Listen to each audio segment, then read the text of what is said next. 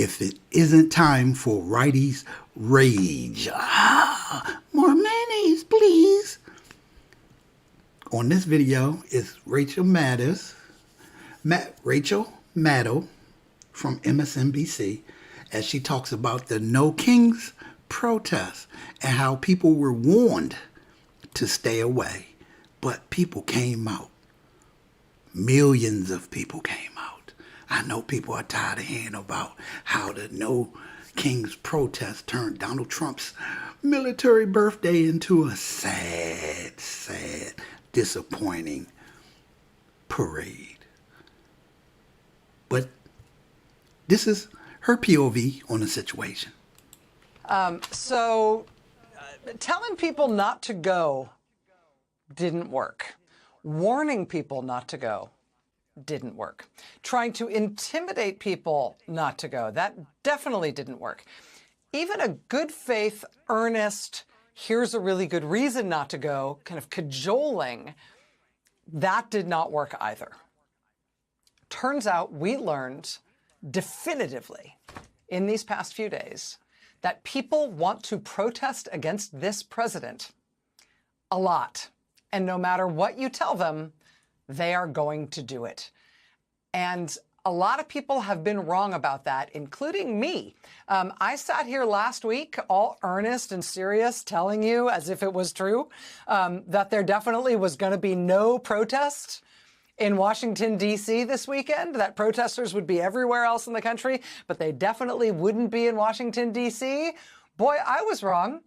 The No Kings protest organizers had in fact said no, they were not going to protest in Washington. They were going to protest everywhere else but there. But plenty of people protested there in very large numbers.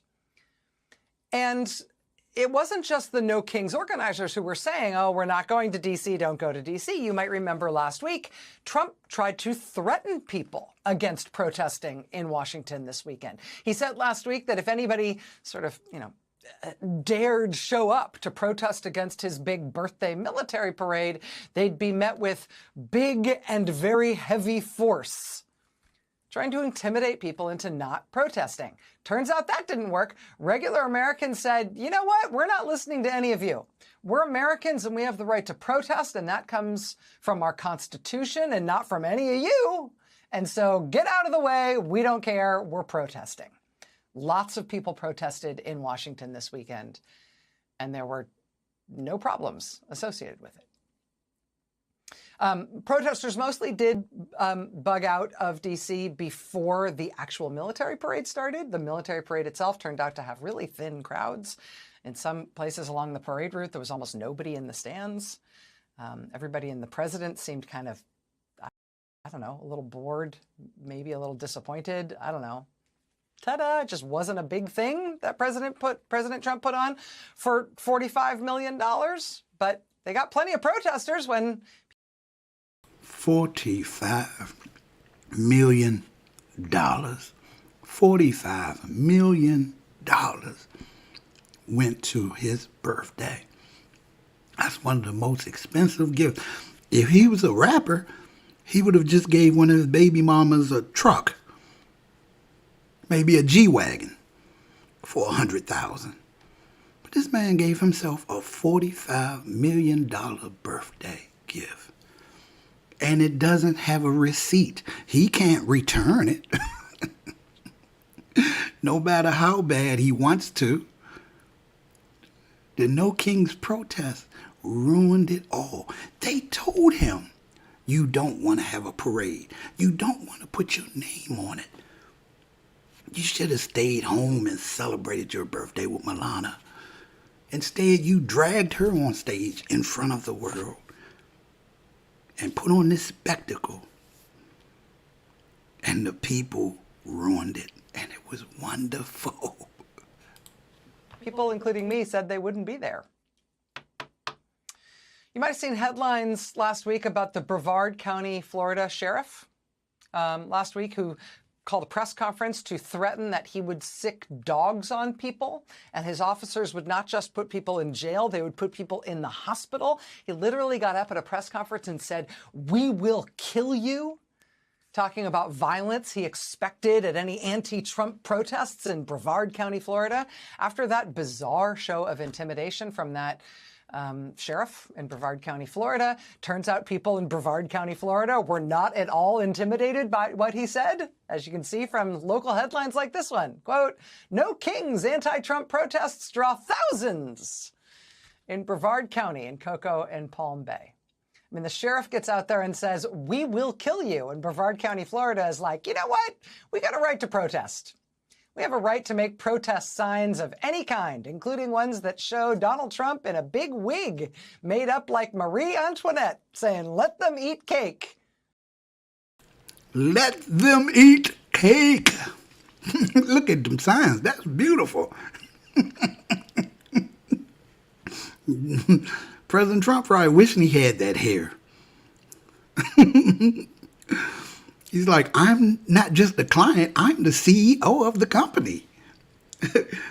Jesus would be deported now. Oh, my goodness gracious. These people, they are good. And you are not going to stop us from doing it. We are Americans. We have the right to do this. We will protest. For the most serious possible reason, people were also told not to protest, not to go to any No Kings protests in Minnesota this weekend on Saturday, after news emerged of the political assassinations of a Democratic former House Speaker and her husband, and the attempted assassination of another Democratic state legislator and his wife, and the even more terrible news on Saturday at that time that that assassin was still at large. He has since been brought into custody. But on Saturday, authorities advised everyone in Minnesota to cancel their plans to attend any protest. And that's a very different kind of thing. That is a very, very serious thing. Now, of course, I won't joke on that. The situation with that is, again, like we talked about it before. People, use your words. Why would you use violence? The mindset of a person that thinks that you can go out here by yourself and create some type of narrative that would make your side, whoever you're with, whether you're on the far right or you're a Democrat or for democracy, to go out here and do something by yourself that would be so detrimental to the side that you're with. You only help the ones you oppose. To go out here and shoot someone, that is ridiculous. Over your political views. I mean, when people was talking about don't be with your family because they voted for and this and that, it's opinions. The world lives on opinions. Everyone has an opinion, just like everyone has an asshole. That's just how the world is. You don't shoot somebody, you don't harm someone. You let them say what they have to say. Whoever has the better argument will win. That's what's called debate. But for this fool to run around shooting people, what did he think it would accomplish? The problem with some of these people, just like the young man that shot at President Trump, there's some type of fascination with people that want to go down in history. They don't care how they do it. The problem is they don't have any ways that's outward thinking. There's some type of thing that you could do to help humanity, to make things better. They pick the worst things to do. And people want to go down in history. And if that means harming someone, shooting someone that's a star or athlete or politician so that you can get your name in history, I'm telling you, there are people out there that actually think that way. And that's terrible. But that doesn't have anything to do with weapons or guns or the 2A laws. That's the people that's using these weapons. So I just wanted to say, we're not celebrating that these people got harmed. We're just talking about the No Kings protest. But again, people said no. People went out and protested in Minnesota anyway, despite those warnings. Actually, in huge numbers. Look, this is St. Paul, Minnesota on Saturday. Look at this. Look at how many people went out and protested anyway. And it is not that people didn't know what had happened. You could tell that because a lot of the signs in the crowd were these heartbreaking signs honoring the former Democratic House Speaker in Minnesota, Melissa Hortman, and her husband, who were both killed by that assassin. And even though people were told not to protest in that state that day because the killer was literally still on the loose, apparently there was just nothing that was going to stop people from being there, from standing up, from showing up in huge numbers. And eventually state leaders, I think, realized that there was nothing that they could do to stop people from turning out. Minnesota's State Attorney General Keith Ellison decided to go himself. He spoke in St. Paul before that huge crowd. He spoke about his friendship with Speaker Hortman. He spoke about what it felt like to lose her. And he also spoke about the civil rights movement and other martyrs we have had in our country for our democracy.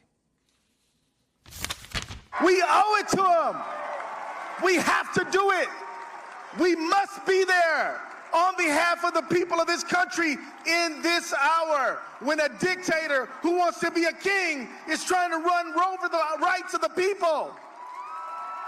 We must be there. We must stand up. We must be strong. We cannot waver. We will not be intimidated. We are not scared of his jail. We are not scared of anything about this guy. We are not afraid, and we will not let fear rule the day. We will not let him weaponize fear against us. And I'm telling you now that he had his goons arrest a senator when he was just trying to ask a question. Senator Padilla, wrongfully treated. He had his other goons prosecute and charge Congresswoman McIver in New Jersey, had him arrest the mayor of New Jersey, threatened to arrest the governor of California and the mayor of Los Angeles. This is the behavior of a dictator. And the only question is, what are we going to do about it? Minnesota. What are we going to do about it? That's the theme right there. Not my tyrant, not my future. People, you know you love it. You know you love every minute of it. Attorney General Keith Ellison speaking in St. Paul this weekend. Now, that was the Rachel Maddow show. Flag Day. Happy. Now, I have something that's a little more serious that we're going to get into. Just give me a second. And this is a shame. This is not something that you really want to talk about, but this is the situation that we're at. Prosecutors say that Republican South Carolina lawmaker used Joe Biden, 69, to send child sex material. Is that insane? The Republican member of South Carolina, who prosecutors say used the screen name Joe Biden, 69, has been arrested and charged with 10 counts of distributing sexual abuse material involving children. R.J. May was arrested in Lexington County home after a lengthy investigation was ordered on Thursday. Now, the crazy thing about this, I looked up his information on Wikipedia, and you know what his stands were on transgender. He says, May told the House in January 24 regarding transgender issues and children. We as legislators have an obligation to ensure that our children have no harm done to them. Do you see what I'm saying? He said, we want to ensure that our children have no harm done to them. But you peddling child pornography, it makes you think. Some of these Republicans that scream the loudest about transgender athletes, are they upset about transgender athletes, or let's say men or boys in girl sports? Are they upset because they want to make sure the child pornography that they allegedly are looking at is only little girls? Like it makes a difference? I mean, to sit there and have it on your Wikipedia that we are looking out for the children of this nation, and then on your home devices, you're sending pictures and using Biden's name. And the files were loaded and downloaded using his home's Wi-Fi network and his cell phone. The same cell phone that he probably was calling his children. So you call, hey, daddy's checking in on you. We're on the house floor. It's running late. I'm going to get back to you as soon as we get out of here. We want to vote against this Affordable Care Act because we don't want kids to be able to get medical help that they need. So I love you. Kiss mommy. And then get on your phone and start looking up pedo stuff. Allegedly. Because, don't want to get in trouble. We know how they running around arresting people. Is that crazy, though? After his election in 2020, he helped create a Freedom Caucus, a group of House's most conservative members who say mainstream House Republicans aren't the true conservative heart of the GOP. That's what I'm saying. If people that have come to this channel, like I say, these are the far right that's helping Donald Trump and his administration do all the things that's happening right now. The far right. I'm not over here just talking. People came on here last night was saying, is this the channel of the whiners? Oh, they're whining. No, it's not whining. You just don't want to hear that things are starting to fall apart. Like I said before, Donald Trump coming into office, it was a brand new penny. Everyone seemed excited because it was something new. That's all. I keep telling the Democratic Party, stop fighting over every little thing Donald Trump does. It's like they say, you gotta let people do things. If they're self-destructive, they will destruct.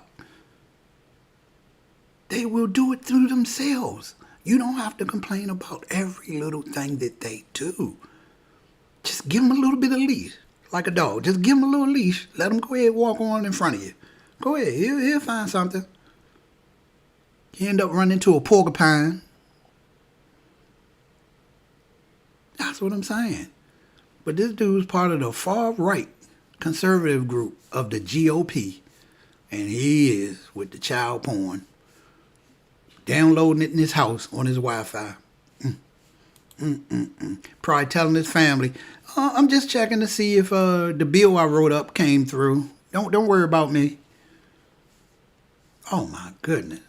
It says on May 27, 2024, the National Center of Missing and Exploited Children received a cyber tip from Kit Messenger flagging videos from username Joe Biden 69 containing child sexual abuse, according to the statement from the United States Attorney in the District of South Carolina. In August 2024, May's house was searched in conjunction with the investigation into potential child sex abuse material, most commonly referred to as child pornography. The investigation was conducted by the Department of Homeland Security. So he can't say that people was against him because it's Homeland Security. Most of the time, what they say, they're on the Republicans, the Donald Trump's administration. This is his people. It says the Special Investigation Unit, along with the support from the South Carolina State Law Enforcement Division, on October 24th, 2024, the federal document was filed in U.S. District Court, South Carolina, with a motion to extend time to file judicial fortified action. Then in December 2024, May was suspended from the South Carolina Freedom Caucus amidst the ongoing investigation. And then on June 10th, 6 days ago, May was indicted by the federal jury on 10 counts of federal child sex abuse charges. Then on June 11th, 2025, May was arrested and booked into the Lexington County Detention Center. And we know, depending on what type of facility that is, they do not like any people that have something to do with child pornography. They may be criminals, thieves, and robbers, and everything else, drug dealers, but they do not like people messing with the kids, because people believe the kids are innocent. Just like he said in his thing to the house, that we believe, let's read it again, what he say, that we believe that, where is that? Oh yeah, that he told the House January 24 regarding transgender issues in children, we as legislators have an obligation to ensure that our children have no harm done to them. Sounded like a good old boy, didn't he? The grand old party. Oh boy, I'll tell you. That's why I come on here late night. I don't come in here early because I know people are listening. I don't want them coming to get me, so I come on here late night. It's like a secret broadcast between us, the people that's still fighting for our democracy. The people that still holding the American flag because it's the American flag, not because it's a dictator's flag, not because it's one administration that's trying to put down another administration, but the administration that wants to work with everyone. Now, I appreciate it, again, for coming through. And I will see you next time, or probably this time again, because I'm worrying about they coming after me. You can only push them but so far, and then they'll find a way. But we're not scared. We're going to keep fighting, and we're going to keep doing this. You are not alone. President Trump is not the Terminator. But we are Sarah Palin. I'll see you next time.